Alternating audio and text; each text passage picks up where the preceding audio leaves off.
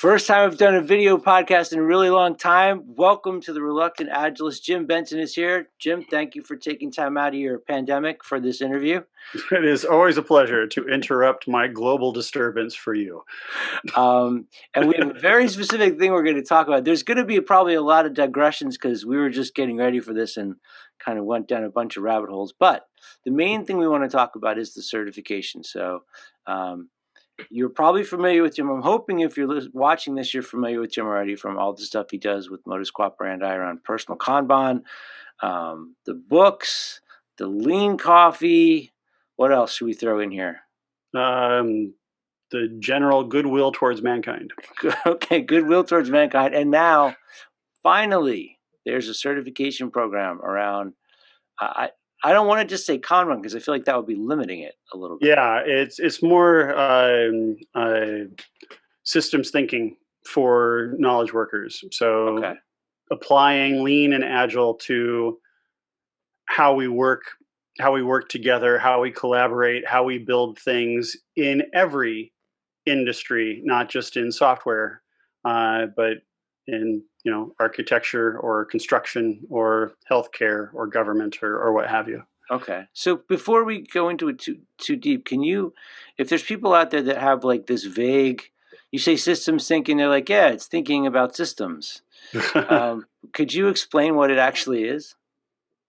Yeah, yes, I can. So the course that we've set up, the certification and the accreditation are set up in 4 phases to teach people systems thinking across the board. Okay. And systems thinking in a nutshell is seeing the systems behind the individuals and interactions, the processes and tools, all of those things that are in the Agile Manifesto. Okay. Every single one of those has one or more systems behind it. And where we run into problems is when we think that we can just take a couple of simple rules and say, okay, now that we've applied these simple rules, everything's going to be fine. Yet there's always stuff you discover along the way.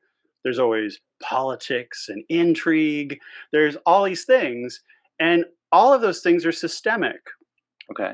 And what we don't tend to do in Agile or in Lean or in life in general is say, could I have created a system to avoid the problems I'm having right now? And that's what we're looking into. So the thing I was thinking about the other day was I had this crick in my neck and I started trying to like adjust myself to that. And then my arm starts to hurt and then I adjust to that. And then I get this thing in my leg. And that's like everything's connected to everything else. And when one thing has an issue, everything has to react accordingly and it kind of cascades. Mm-hmm. And so you're talking about building a harness to like protect against that. Well, yes, but that's still kind of a linear system. So let's say that your neck hurts and so you need to cancel one of your interviews and that interview causes somebody to say, oh man, I can't count on Dave Pryor anymore. And then they tell somebody else. Shame on them. Blah, blah, blah, blah, blah. So what tends to happen is we have simple things like you could sleep better, impacting all sorts of oblique items, all sorts of oblique experiences. And this is perhaps a too heady way of looking at it. Okay. But an easier way of looking at this might be that almost every software development team I've ever met interacts with another software development team. Mm-hmm. There tends to be in most companies more than one group of people doing work, and they have to interact. Yeah. Yet Group A will get their sprint goals. Group B will get their sprint goals. A bunch of work from Group A involves Group B, but they never told them. A bunch of work in Group B involves Group A, and they never told them.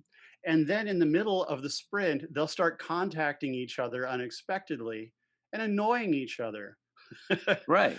When this is all work that is actually shared by the company, and our problem is just that we've created these little pizza teams. Okay. And the company is actually a feast, and we're not paying attention to the whole table of food. But you're not expecting like the QA person from team A. I mean, maybe you are, for the QA person from team A to be looking at their work through the lens of, but how does this affect the entire organization? Yeah, I am. You are. So that demands a level of engagement that is beyond what most people, I would say, are doing at work when they go to work now. Well, and they're paying the price for their limited availability for information they need to get their jobs done. Okay. So we can think of this as more work, or we can think of this as we have a ton of problems right now, and we're not dealing with those problems, and then we're getting more problems. And then Sort when of somebody like comes our along and current says, health situation in this country. "Yeah, yeah, yeah." So the problem with Obamacare was never Obamacare. The problem with Obamacare was that the United States can't engage in continuous improvement. Obamacare was better than what came before, and it Right. had a lot of problems. The goal for it was like, it wasn't to kill it off. It was to say, okay, well, I've got some problems. Let's fix them. Yeah. Well, and which problem are you trying to fix? Like I always try to, I mean, I've been trying to explain to people now in classes that, I mean, Frederick Taylor, God bless him, he fixed a problem that we had, and we never would have made it through World War II without him. But we don't have that problem anymore. We have a different problem hmm now, hmm and we need to figure out how to solve the one we have now. Yeah, or the ones that emerge for individual teams. Okay. So uh, I was working with a group, and that was a group of product managers, Okay. um, product owners, if you will, and they were at each other's throats, and they had that one complaint. Whenever I need something from somebody else, they won't do it, Right. and they couldn't seem to get that they all had the same complaint. Therefore, none of them owned that problem. It was a shared issue. So we got together and we made a big chart on the wall and gave everybody post-it notes and said, okay, for the work that's on your plate right now, how much of it are you doing alone? What do you share between you and what teams? Okay. And what they found was that there was a lot of shared work, but there was a tremendous amount of shared work with one group, and that was their database group.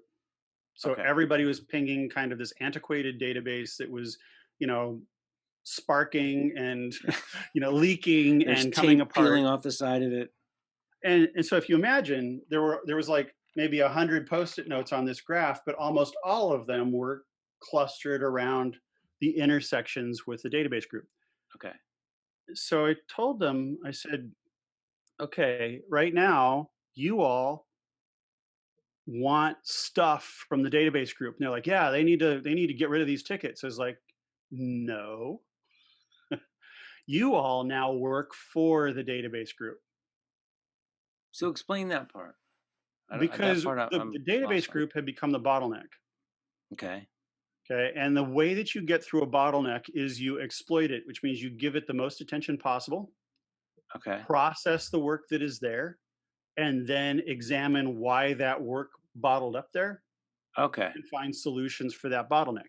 And so what they were doing was what every other team does to their testers. They have, like, 11 developers and one tester. They throw all the work on the tester and say, Right. why can't you test faster? Yeah. But if you say to them, you guys, you people, you should help test, and they're like, oh, Yeah. me? Sully these hands Yeah. with the muck of testing? It's Exactly. like, yeah, it's because you're a professional. Well, it's because you want to get the thing done. We all, Yeah. I mean, but I think that is where we all tend to be. A lot of us tend to be kind of selfish in that view, and that we think about our thing and what we have to do, and we expect other people to work as well as we do. Yeah. And sometimes they have incentives or constraints or other problems that make that impossible, but that's their problem. Yeah. Or what we don't see is they do work as well as us, and we're pissing somebody else off, Yeah. which is their fault, of course, because they're asking us to do unreasonable things. All right. So, So here's the thing: is that lean and agile often try and build this out by doing things right. and not by finding out what people need. Okay. So What do the people on your team need in order to be good professionals, to learn, to get things done? What do your customers need? What do you and your customers need for faster feedback loops to make sure that you get stuff out right the first time? Yeah. How do you have better conversations up front so that you identify up front what the best thing is to deliver? And then as you go along and you learn, do you then surprise the customer? Like, I can't wait for you to see what I've learned, Yeah. which works exactly 0% of the time. Yeah. Or do you involve them in one way or another in your journey of learning how to provide them with value? I think I got kind of stuck on the very first thing you said was what is your team you said what does your team need, I think, right? Mhm. And because it was still rattling around in my head, I'm thinking about that problem that had to be solved before was how do we get farmers and teach them how to build battleships really fast because we need battleships so we can win a war. Mhm. Screw what they need. That's totally irrelevant Mhm. because it's survival and we need speed. And now we have people that are doing knowledge work. And in order to get the most value out of those machines need different things. Yes. So individuals work in teams to provide value. Okay. Now, And did they know what they need? Do you think? Do those teams, uh, to all the different groups you talked about, do they have awareness of what their yep. needs are? Anyone who has done product development knows that a customer comes and asks for one thing and needs another, Yeah. because our understanding of our situations and of what's possible is always simultaneously emergent and multivariant. So there's a Okay. lot of different ways to solve a problem. There's a way that I know about and I'll fixate on, but that might not be the best solution. And so Right. you get to the misinterpreted Steve Jobs quote about, the customers really don't know what they really need. The customers do know what they really need. They just don't know how to get there, and they don't know how to articulate those needs. And the Okay. best way to piss them off is to go listen to their original request, build what you on your high horse think they need, and then go give it to them. 9 times out of 10, they're going to be like, dude, what is this? This is not what I asked for. Right. And we always talk about the people wanted a faster horse. When the automobile was first brought out, it was illegal in some places because it scared people.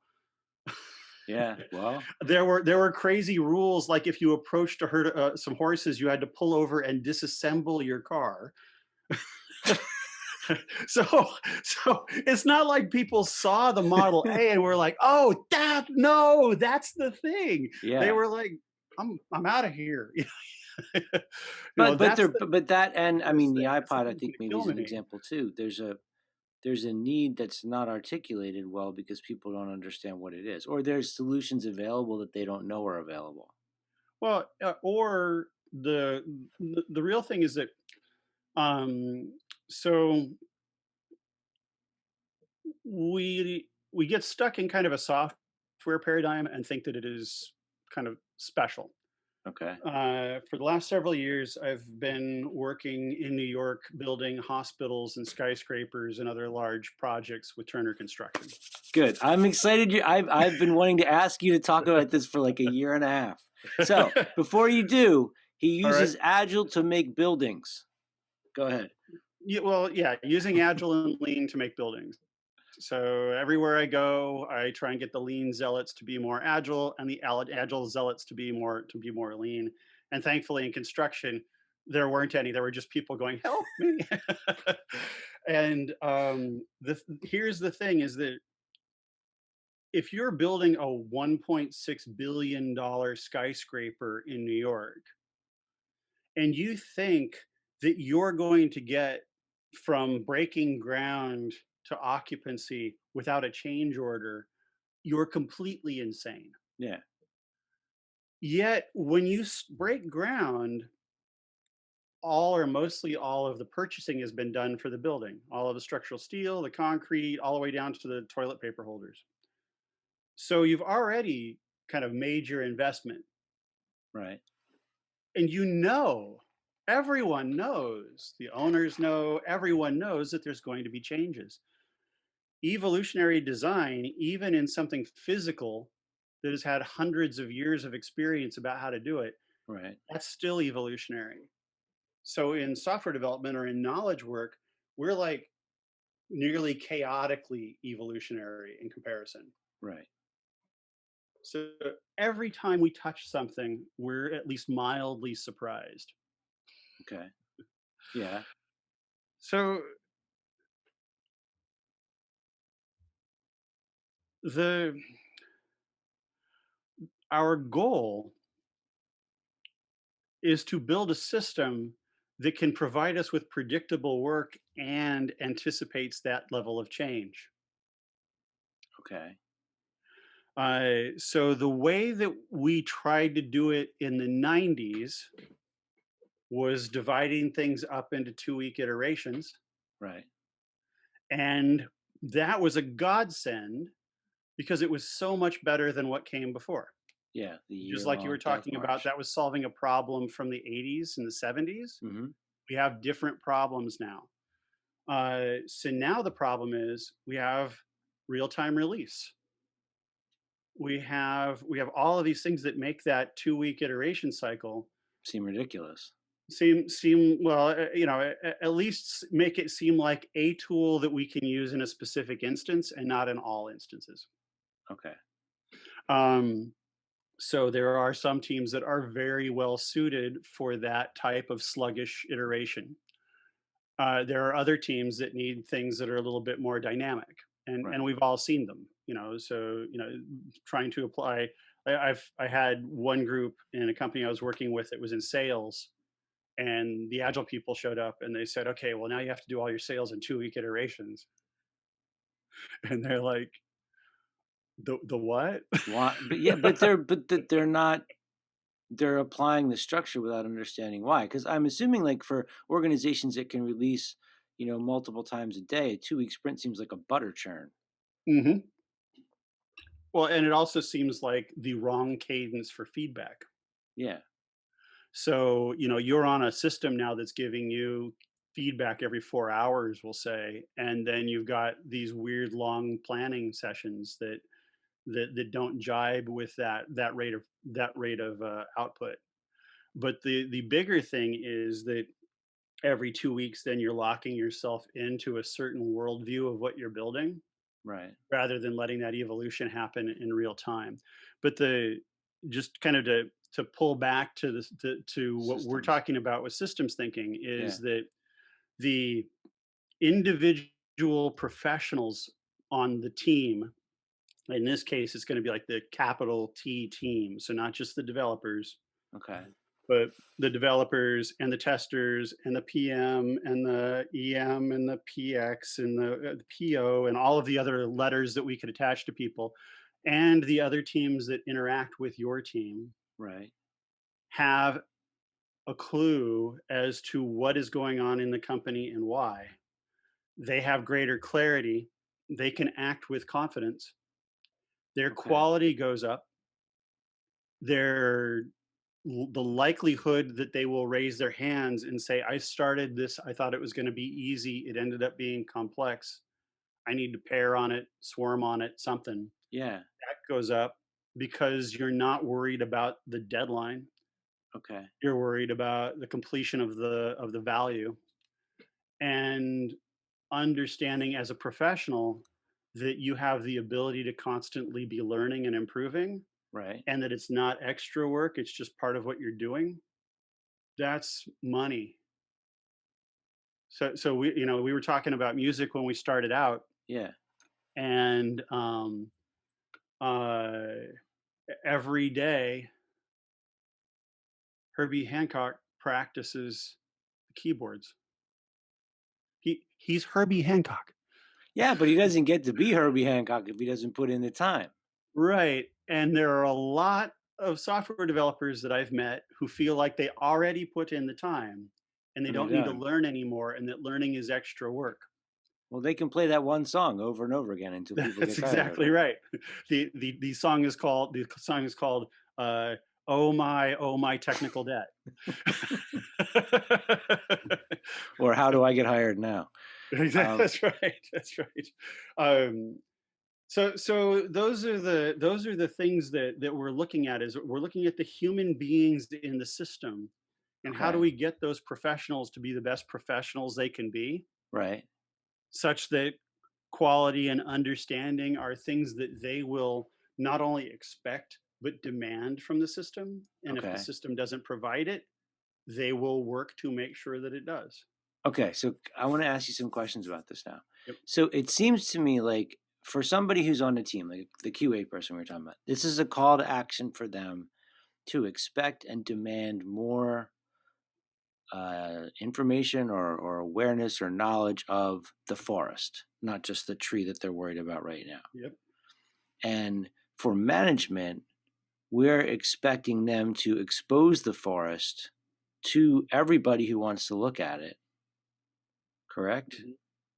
And so this whole structure has to be in place. The thing that was I kept thinking when you were talking about it was, so I now expect that QA person to make choices on this sort of completely holistic view of the company and the company's strategy. Like they make their choices based on the big picture that we're trying to get Mm-hmm. to, because they should see all that stuff. Now, if I have that senior level person, they're kind of looking at everything, seeing the same stuff, but from opposite sides maybe. From But a if different the perspective. executive says to the QA person, why don't you do it this way? That's micromanagement.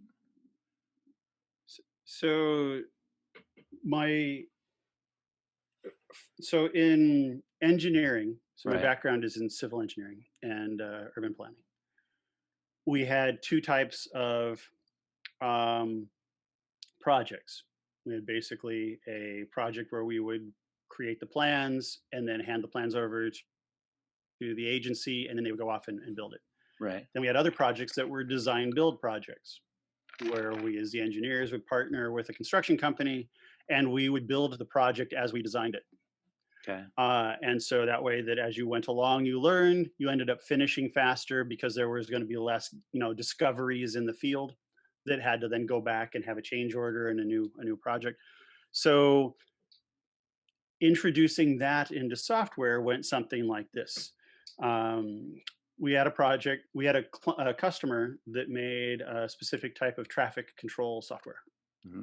And that software, while it had had some look and feel updates or some new buttons, had remained pretty much unchanged since the 50s. Okay. The same signal algorithms, the same pedestrian activation systems, the whole bit. And if Seattle bought one of these ATMS systems and Bellevue bought one of these ATMS systems, and the suburbs around Seattle all bought them, they would essentially have little walled gardens, Mm-hmm. little silos, just like any other software team. Yeah. Where there would be action here and action here, and if there was a mismatch, the people who paid the I see price where were you're like the going. ones Yeah. that Yeah. were just trying to get from A to B. Right. So we said to them, wouldn't it be better if you had interoperability between these ATMSs, that they were strongly mapping based, that we updated these algorithms, blah, blah, blah, blah, blah. And they said, yeah. So they said, okay, okay, asshole, go build it. Yeah. And so when they said that, they said, give us a spec. And we said, we can't give you a spec You don't because know.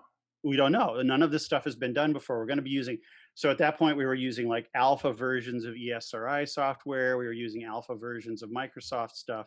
And we were building with a very small team enterprise scale software. Right.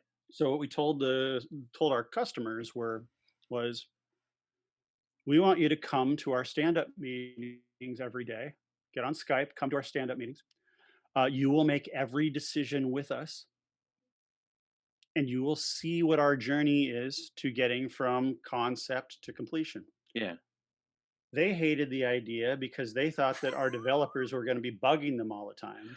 My developers hated the idea because they thought that they would be micromanaging. That's exactly where I was trying to go with this. Yes.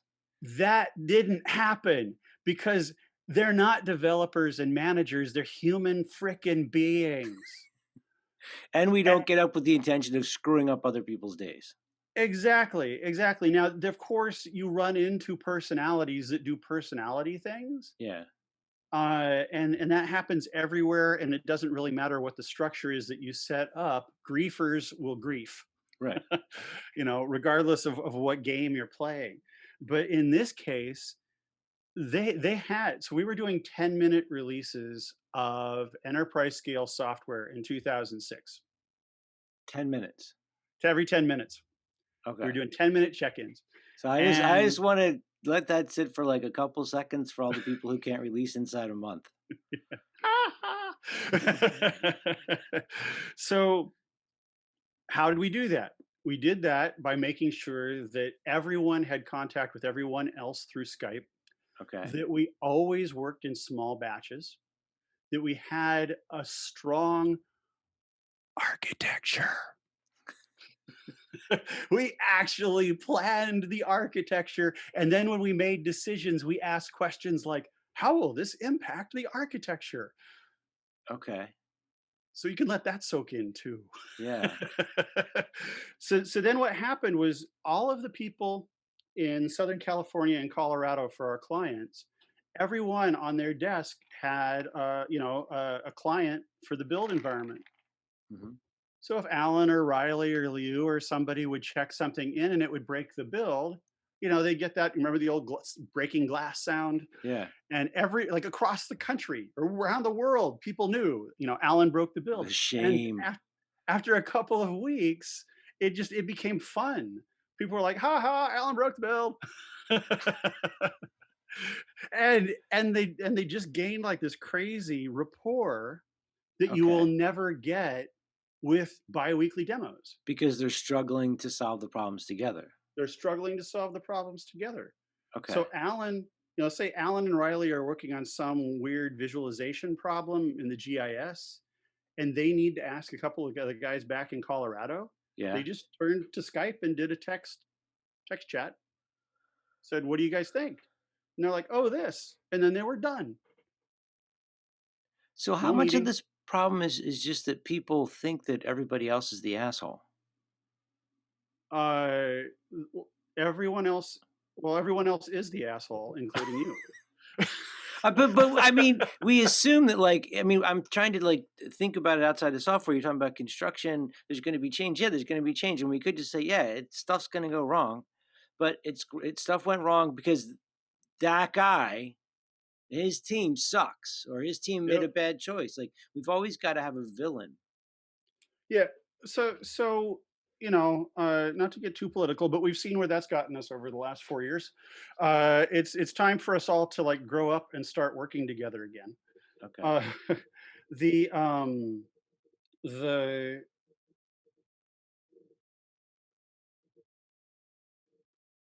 the reason that people become villainized is because they leave the field of vision. Right.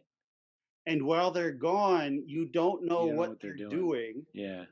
And you're working away, and all you know is you don't have the thing you want next. So you think that they're out drinking, Which they might be, but maybe they really needed to which go they might drinking. be, but it's not likely.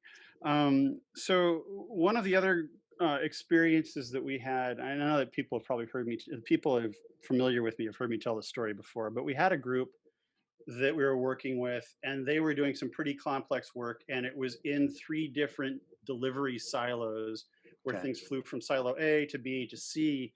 A was in New York, B was in Los Angeles, and C was in Chennai. And the New York people and the Los Angeles people really hated each other, but they could really agree that the people in Chennai were just completely awful.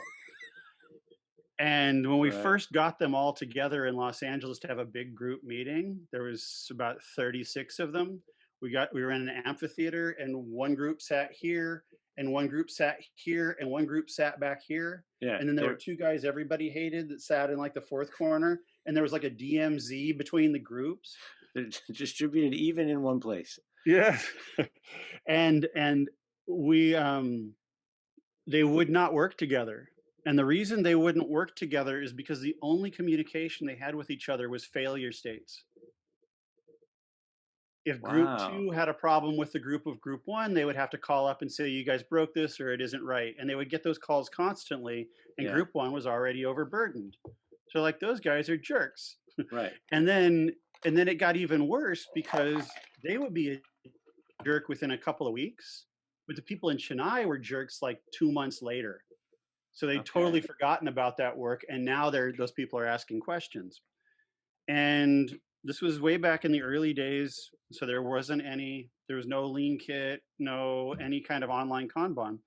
So we built for them back in New York a massive Kanban on the wall Okay. that used these big 11 by 17 sheets of paper. And then if anybody in the other offices needed to move one, they'd have to call up on Skype and say, Move the can you card. Yeah. move my card?" But what it showed everyone immediately was that the rate of completion for the group far outweighed the failure states. Okay.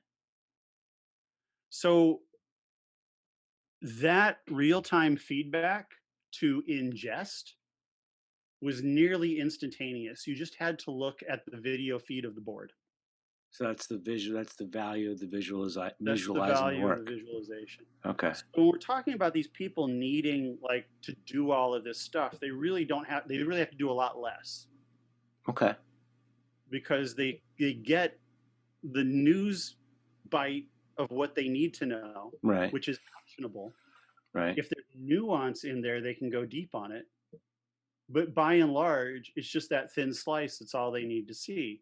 And Okay. then they see, we've got 200,000 green things on the ticket, and that's not red enough. We have one red thing. Okay.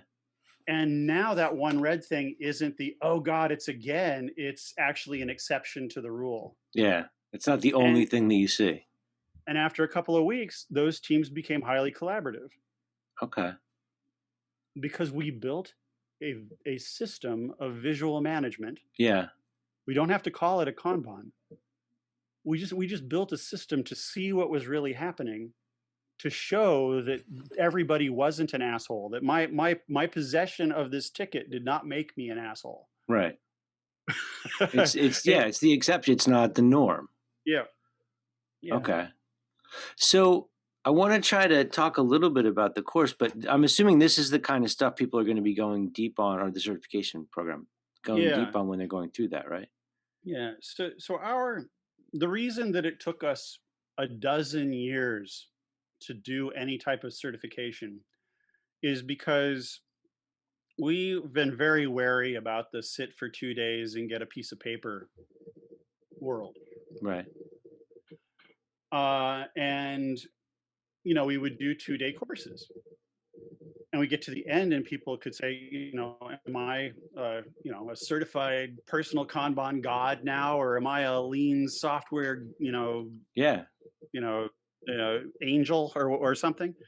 And we're like, no, you're a person who came and took a class for a couple of days. And probably retain 10% of what you try to teach them.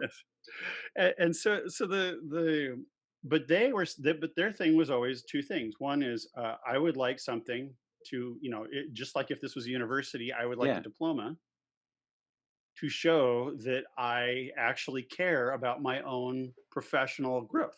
Right. That's valid. Or I need to go back and show this to my boss so that my boss will actually reimburse me for coming to this class. Also valid. Okay. I need to have this piece of paper so that if I go back and talk to people in my company about this, I'm not just spouting off about something, but I actually kind of have, some talisman. Yeah. Also valid. So we said, okay, what do we not like about what's out there now? And so what we didn't like was they were too fast. They weren't suited for adult learning. They didn't create collaboration. They generally don't create a community. Okay. So this class for the certification, you can study at your own pace. For the accreditation, you're part of a cohort that actually walks through together and has some deeper rigor. So if you can maybe explain the difference between the two, and is one like in the path to the other? That was the thing I couldn't quite understand. Okay, so no, they're both covering the same material. Okay. But the level of interaction between the two is different. Okay. So the certification, you can do it at your own pace. It takes at least 4 months. So once you start one of the four segments, you have to wait a month to finish it. So you can't Oh go in wow. and binge watch 140 videos in 3 days and then get your certification. And you can't. I took a course like this and I batched it. I spent like a weekend. I watched all the videos in one weekend. Then I did all the quizzes in one weekend, and it Yeah. wasn't really So the best way to learn. yeah, we would counsel you if you did that. So what we do initially is there are four segments of the class. Okay. One is seeing a system, which is basically the basics of visualization. The second is sharing the system, which is how do you communicate with others? How do you use the systems that you're creating Huh. to to work together, to collaborate? Okay. Building the system. What are the tools and procedures you can use to find out what you're doing now, what the Okay. gaps are between what you're doing now and where you actually want to be, where the gaps might be in communication between you and other teams or your customers, Yeah. and then how to fold that into how you work every day. Okay. So, not like a typical retrospective or Kaizen event where you come up with a bunch of good ideas and then you go back to work, but that this is actually part of the regular process of working, that you're Okay. always improving, always building and creating a better system. And then the fourth is powering the system. How can we have better meetings, better working sessions, come to consensus, make better decisions? How do we deal with variation? How do we understand the role, the temporal nature of standard work, Yeah. and like build our Kanban for now, but then get an idea of when it's getting old, Okay. and or whatever visualization. And so the certificate, you are part of an initial cohort of about probably 150 people, Okay. and you will see other people's work as they're doing it in the feeds. So you So learn this is from a them as very well. social system. Right now, I can't share the system for the. Oh, you've disabled screen sharing. Have I? I didn't Yeah. mean to do that. I don't even know how I did that. Probably because I'm recording. Maybe. Um, so we have a very social platform, and so the work that we're doing will be both reviewed by us, but then also peer reviewed. So you Okay. learn from others, you have conversations with others, you move forward with others. And in the certification, that is a very social atmosphere, but it's a very open atmosphere. Okay. With the accreditation, it's going to be just these 12 to 18 people that you are with, and you're going to build probably pretty strong relationships between Okay. them and you. So you're all kind of rising together. Yeah, yeah, S and you meet with us frequently. So Okay. it's a little bit, it's much more time intensive. So the certification is do what you want when you want. The accreditation is we have these deliverables. We're going to meet on these days. You're going to help other people in these ways. Those types of things. Okay. So when I'm asking this as I'm honestly asking this question. I think about the certification. I think about people like me, people that are fans of your work. I assume that I'm a target customer, people that are deeply invested in advancing their skills in their career, who know who you are. I mean, they'll flock to this anyway. Hmm. For somebody who's looking around, like people that need jobs, people that are trying to get their next gig, um, one of the questions I would expect they'd be asking is like, well, how will this help me? And since it's a new certification, it's not like HR departments are going to be demanding it. Exactly. But what would you say, like if somebody was hiring someone with this certification, what makes them different than the other people out there? If someone has this certification or this accreditation, they will have, I don't want to put this, the ability to see systems clearly. This is in some ways like selling, why is existence important in one sentence. Well, I know, but so when I hear you But say the word clearly, I yep. hear that word in a different way than I hear it. Like I can see clearly through the glass. There's Hmm. people that can see things in a way that is kind of penetrating, and they Yep. can understand them on multiple levels and Yep. understand how the parts are woven together. Like you talk about seeing the system, that's not just like a one-dimensional thing. That's layers and people and all the other moving parts, and being able to tease out Hmm. these are the things that we should be messing with to make So it better. the golden rule of the Agile Manifesto is individuals and interactions over processes and tools. And my version of that is individuals and interactions over, or I mean, sorry, through processes and tools. Okay. Uh, so when individuals interact, that is a process. And And they our need tools major to do it. failing has been that we view process as Scrum or Kanban method or DAD or RUP or something. Right. But that's not a process. That's that's a mechanism that you can use while operating your process. But your real process is the social contract that you have or that you've been thrust into with your colleagues in your team, in other teams, etc. In this class, we tease out ways to see those particular interactions of those individuals and those groups of individuals. We are able to describe them as a process that Right. sometimes benefits from the use of tools. Okay.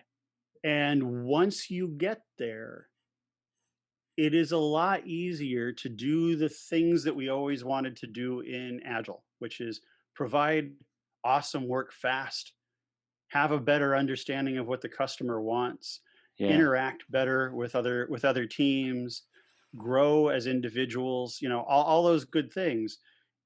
If you don't do that and you just assume that following a couple of rote rules is going to get you there, you might get the job because you have like the other Right. certification, but you won't actually be able to put it to work because you're just going to be running in and it's going to be like a blunt instrument that you're beating somebody over the head with rather Yeah. than something that you can apply where it's necessary. Okay. And it's that human thing, that professional thing that we're going for is what are the practical ways that we can see what all of the professionals need, regardless of where they are in the management continuum, in the buyer seller continuum, wherever that might be, the onboarding continuum. How can we see what those human needs are and make sure that those needs are met? Because that is the definition of quality. Yeah. Okay. So you said something in the beginning of that really like I don't know, it was kind of like getting smacked in the face. You mentioned the social contract, and that kind of started me down this thing where I'm thinking it's not about individuals. It's about the social structure and the relationships. And then I started thinking about different ways of trying to kind of make that simpler. And I'm thinking about that Miles Davis quote about jazz being social music, because it's not just people playing notes, it's people playing notes together, creating something that will never be created again because it will Hmm. never be in that moment again. And how the interplay between the people and being able to hear what someone else is doing and knowing where it's going to go and what you can do to be a part of contributing to that. I mean, Hmm. that sounds to me like a parallel to what you're describing with being able to see the system. Yeah. And so it's like if you're jamming, Right. if you're improvising with other musicians, your feedback loops can't come every morning. Right. So when Tony Ann and I wrote this, um, we got on Skype every day. We wrote in Google Docs. We often wrote in the same paragraph at the same time.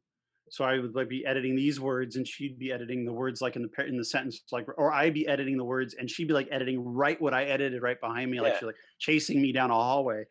but the feedback was you couldn't get any more immediate than that.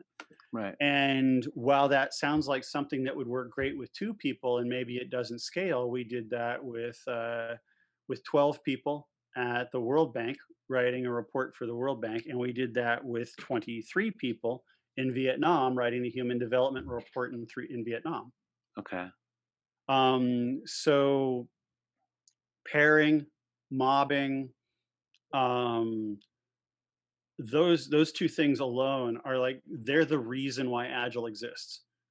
All of the other stuff is window dressing, pairing and mobbing, and effective stand-up meetings, and maybe retrospectives. But the act of actually coming together in what is usually an incredibly solo task Yeah. and sharing the output of that only results in better code that is more cleanly written. That's its only output. Yeah. And so you're getting the people to become a system in how they're interacting and playing or writing or doing whatever they're creating together. But you're Yeah, also thinking about the system in which they're working, the physical environment, the tools that they're using, the other things that are constraining them, and looking at all those things together.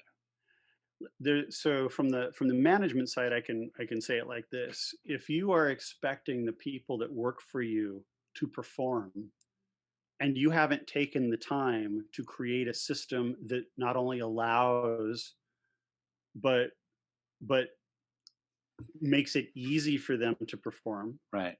then you are flushing money down the toilet. You're going to lose good people. You're going to frustrate your team. You're going to spend a lot of your time and their time yelling at each other. Yeah. And if you just sat down at the beginning and said, what do these professionals need to do a really good job? What information do they need? How do they need to talk to each other? How do they need how do they need, what level of understanding do they need of corporate vision, corporate goals, section vision, section goals, project vision, project goals? You know, how dialed into that do they need to be? And can you build a system where they can't help but succeed? Yeah. Well, and I think it's almost like sinful the other way because you're not just throwing money down the drain, you're wasting people's lives and their abilities and their capacity to make the world a better place. Bingo. Which like that's why I got so emotional on that other thing. Like now I'm like, oh damn, I get this. Okay. Yeah. Yeah. No, we Wow. hurt people every day at work. Yeah. We send them home stressed. We make them gain weight, eat poorly, contemplate hurting themselves or others. And we do that simply because we're not paying attention, and because we think that paying attention is additional work. And Yeah. then we're surprised when they don't perform well. Yeah. You're asking them to do a job and not giving them what they need to. Wow. Okay. Yeah. Damn. All right. Um, So that's what you would get. And when you said the thing about people would come to this class because they were already fans, one of the things that we thought that we were doing, hopefully that we're doing with the 4-month thing, yeah. is that's kind of a natural barrier for entry. Yeah. If people want to just come in and get something quick and check out again, that isn't for them. Right. The subscription to Modus Institute, where you can take individual classes and get certificates of completion, Yeah. that you can do super quickly, and it's actually pretty cheap. But the certification and the accreditation, They need to that we make a want it to be commitment to something it. special. Yeah.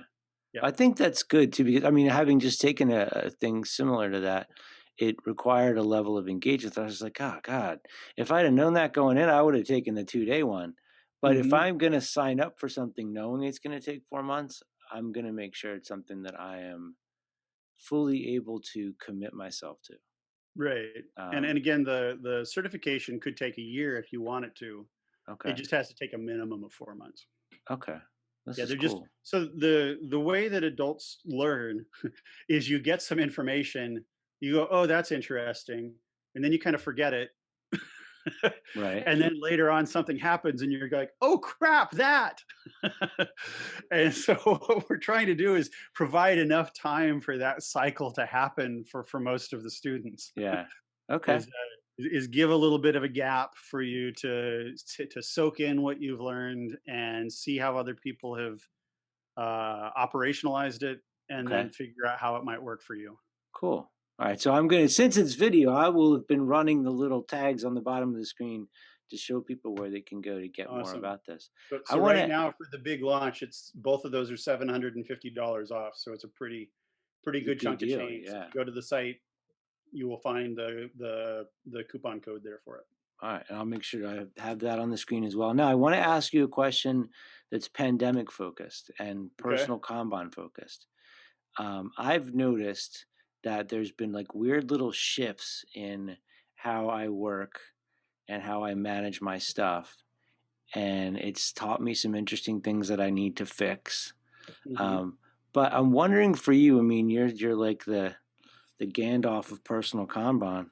Um, You shall not pass. so I'm wondering what it's taught you being home with the pandemic. I mean, has it changed anything for you? Have you discovered new things about how you work or how you need to work or how you use these tools?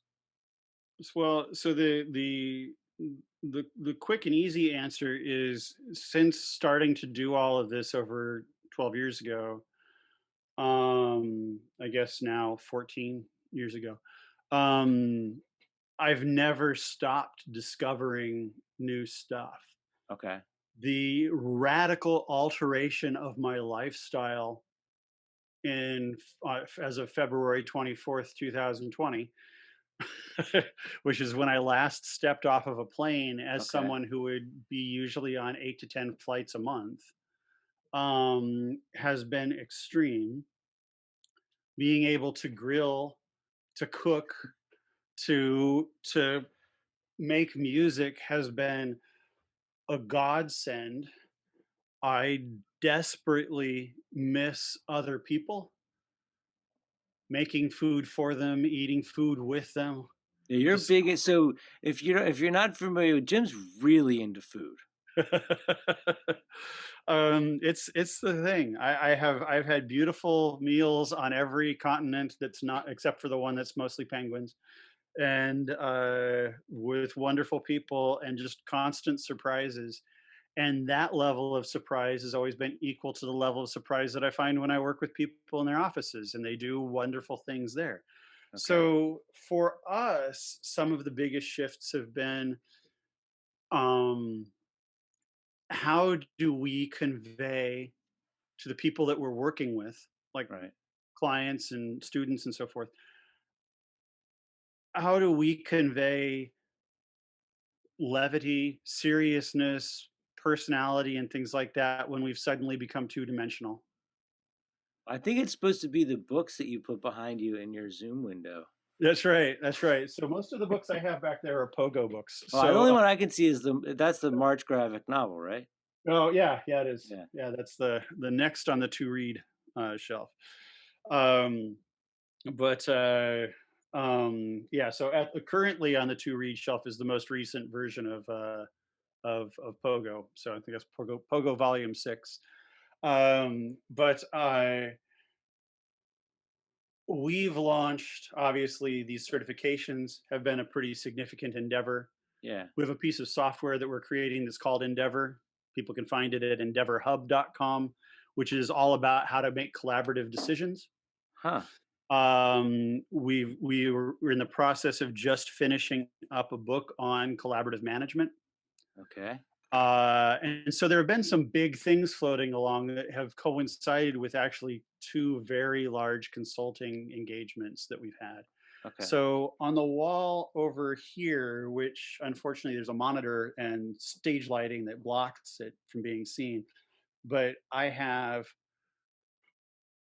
and this will scare people, I have six different Kanban boards. Okay. Yeah. We're And gonna so have. one I of have them, questions about this now, but go ahead. so one of them is, and they're all, if you want to go in the David Allen route, they're all someday maybe boards. Okay. So one of them is household projects. So Hmm. I have been fixing the hell out of this highly neglected house Okay. for the last 9 months. And so that's involved a lot of different activities. And so those have their own value stream that are completely outside of working hours or that involve other people not involved in modus cooperandi. Okay. There's another board that is every time I come up with a new video that should go on Modus Institute, about whatever, it goes up on the board over there. There's now 72 post-it notes in that particular backlog. How is the lean part of your brain not freaking out and having a total conniption over this? Because I face this direction. Oh, Literally. I either awesome. face this direction or this direction. And so behind here, there is a standard ready, doing, done Kanban. And then the team, of course, the software team has a board in Asana. The Modus Cooperandi team has a board in Trello. But those boards handle those particular work streams. Yeah. This board handles just my tasks. So, And I very rarely venture towards those boards until I need to populate this with something. okay.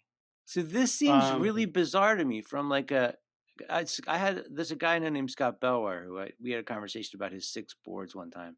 And I'm like, what the hell? Because to me, when I think about what I know of lean, which granted it's sophomoric at best, that seems like way too many things to look at. And what I know of you and your thing about cognitive load, just maintaining all that, isn't that like the opposite of what you'd want to do? Let me do it this way. If I have to drive from here to the donut shop in downtown Portland, Right. I am initially going to look at a map that just shows me a blop for my house, a blop for the donut shop, and then a long red line that just runs down I-5 and then gets off, in downtown Portland, Okay. Burnside. And as I get closer to Portland, the map is going to zoom in. Yeah. This is what absolutely no Kanban tool people get. Right. Is that what I have over here are boards of different granularity. Okay. And that when I look at that, what I'm doing is I'm zooming in and out of different features or different parts of that journey. So this Okay. board is zoomed all the way in. This is actually showing me the traffic conditions, Right now. on Stark. Yeah. And saying, you probably want to park here. Those boards over there are saying things like, you're passing by Centralia, Washington now. Okay. And so that's what we don't have right now, is that ability to pinch zoom our work. Like prescient. Yes. So when you say to things like, does a developer need to know these things? Yes, they do. But our job is to make sure that obtaining that information is that easy. It's Wow. as Okay. easy as being able to pinch zoom on a map. And that topographic view of work is something that we have not been able to create. If any VCs are listening, I would be more than happy to help you start that company. And so just so people are not, you're not talking about like nested things, because you still can't look at all that together anyway. No, you can't. Right? You do zoom, pinch in and out whenever you need to with different So things. I would never go and look at that part of the room as an entire wall. Okay. I would say things like, I have 2 afternoons that are unaccounted for this week. I should get 2 of those videos out of that backlog, and then I'll go over and study it for a few minutes, and I'll be like, okay, well, this one on decision making would be a good idea, and this one on availability heuristic would be a good idea. Okay. And I'll grab those, plop them up on here, and then they just become part of the backlog. What's interesting to me is you were like, I have 2 afternoons I should go find something to do in those afternoons, where for me, if I have an afternoon, I take a nap. Well, so I have an interesting situation now where I'm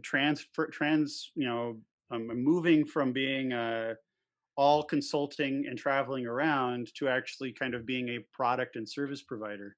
Okay. So I have a bit of my SLA that says things like every week on Modus Institute, at least one new video or post Oh, from okay. Jim is going to appear.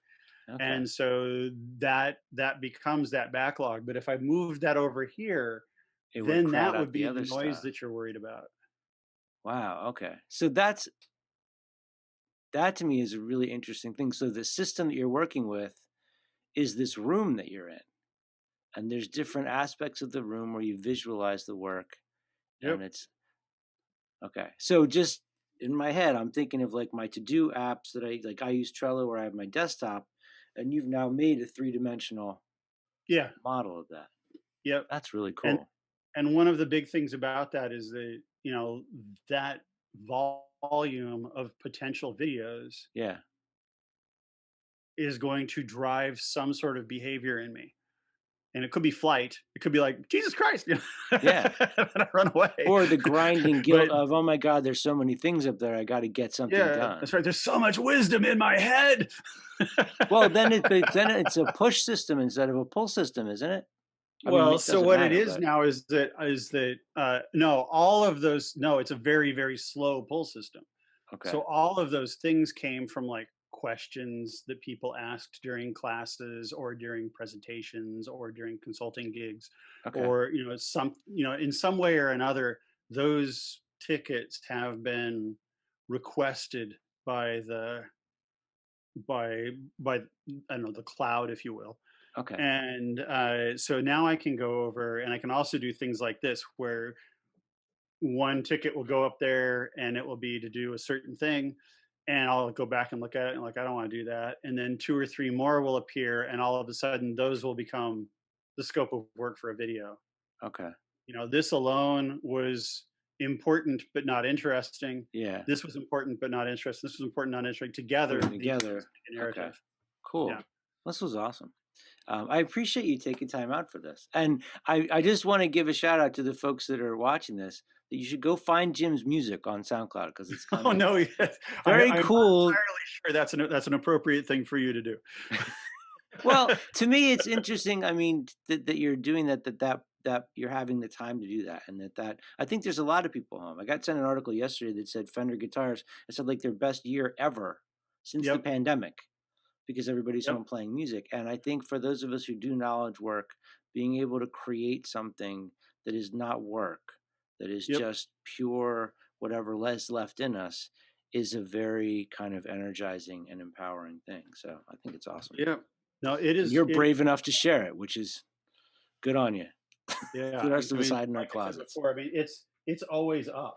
Yeah. There's always something up on the screen in some way. I can either turn and make music there, or turn over here and make music here, and it's I don't know. It's really been a good airing out of the soul, if you will. Yeah. Cool. Well, thank you very much. I'm glad you're doing well, and I appreciate taking time out for this. Everybody who's watching, you should go take a look at the certification program because it's definitely Yes, a please very do. good We'd love to investment have in you. yourself and the universe. Make the world better. All right, Jim, thank you very much. You bet. Thanks, Dave. If you learn to work the old way, but the new way is what you need, my job's to make that switch from old to new.